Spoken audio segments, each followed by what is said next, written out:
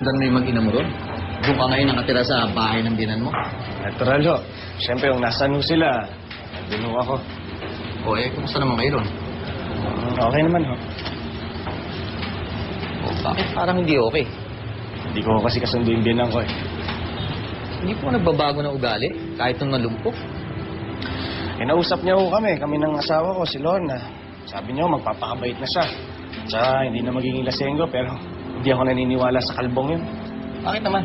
Mga ganun klaseng tao, mahirap na magbago yun. Ilang taon na siyang lasenggo, ilang taon na siyang ganun. Pero, pinapakisamahan ko na lang para sa asawa ko. Sige, sir. Mauna na ako. Salamat to,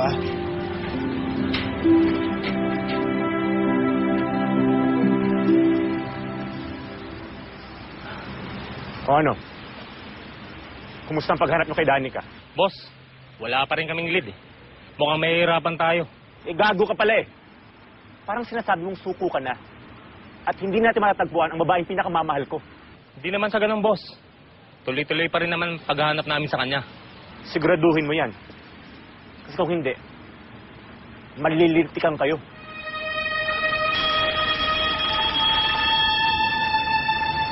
Hello. Hello, Sir Paulo. May good news po ako sa inyo. Natagpuan ko na po ang girlfriend nyo.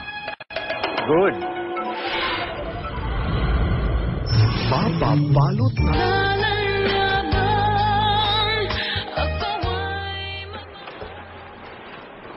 Oh, Tay! Tay, ako na kung gagawa niya. Laki na. Hayaan mo na ako. Dali-dali naman itong ginagawa ko eh. Tay, magpahinga na lang ako kayo sa kwarto. Ayoko magkulong sa kwarto. Patutunayan ko sa inyo na may silbi pa ako. Hindi ako inutil, no? Sige mo, Tay, kung yun ang gusto niyo.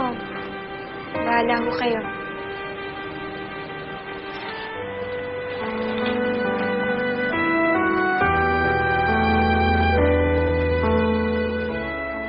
Alam mo, Rodin, simula nung umalis si Kuya Lando, nagbago na naman si Ate Rita. Palagi na lang siyang lasing. Tapos, lahat ng tao sa bahay, inaaway niya. Kapag kinausap mo naman, sisigawan ka pa. Nag-iinitan ka ba niya? Hindi naman, bakit? Hindi, kasi baka nabubunton lang niya yung galit niya kay Lando sa'yo eh. Naiintindihan ko naman kasi kung bakit siya nagkakaganon eh. Baka natatakot lang ako. Ano hindi mong sabihin? Baka mag-aaya siya kay Trisha. Kung saan ayoko na mapagdaanan mo yung paghihirap na naranasan mo nun kay Trisha. Huwag naman sana, Rodel.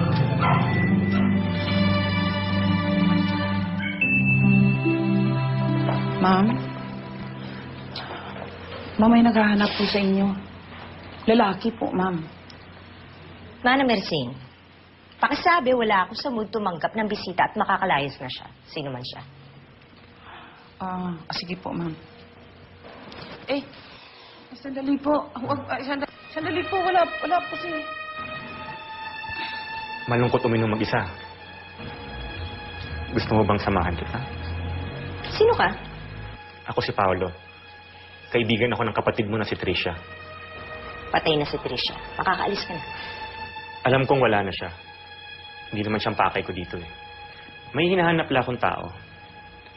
At may nakapagsabi sa akin na dito ko daw siya matatagpuan.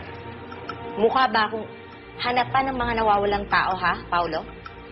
Pwede ba? Umalis ka na dahil sinisira mo lang yung gabi ko. Nakikiusap ako sa'yo. Rita, hindi ba? Hinahanap ko yung girlfriend ko. Si Danica. Hindi ko siya kilala. Sino ba yung Danica yan? At walang nakatira ditong Danica. Oo nga pala. Hindi mo siya kilala bilang Danica. Mas kilala mo siya sa isang pangalan na ginagamit niya.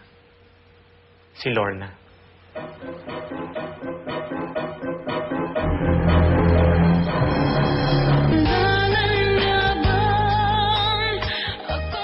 Na-aksidente kasi ang girlfriend ko na si Danica. Kaya nasira ang mukha niya. Nung ibinalik ko sa dating itsura niya, Doon na nagsimula. Nagsimula ng masama ng pagkasama. Sinasabi niya na hindi raw siya si Danica at siya raw si Lorna. At asawa daw niya yung Lando.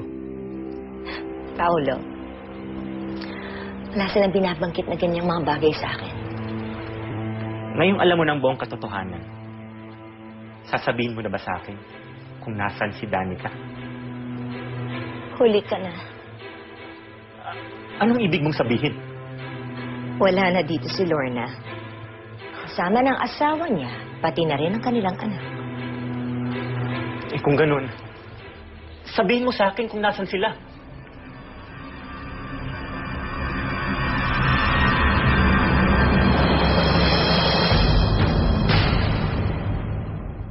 Lalo, nakita mo ba yung salas? Wala akong naglinis nun. Tatay mo.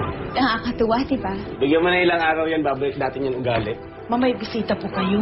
Rita, gusto ko sana nandito. Tama pala yung sinabi sa akin ni Mana Maricin. Kaya mo ba ako pinagtanggol kay Tibo? Kasi type mo ko.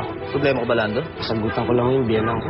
Tanong ko lang, sino ba sa inyo ng biyanan mo ang kinakampihan ng asawa mo? Pag nagpatuloy ang banggaan niyo ng biyanan mo, malamang malamatan ang pagkasama ng dalawa ni Lorna. Panalangin mo na sa'yo kumampi ang asawa mo at hindi sa tatay niya.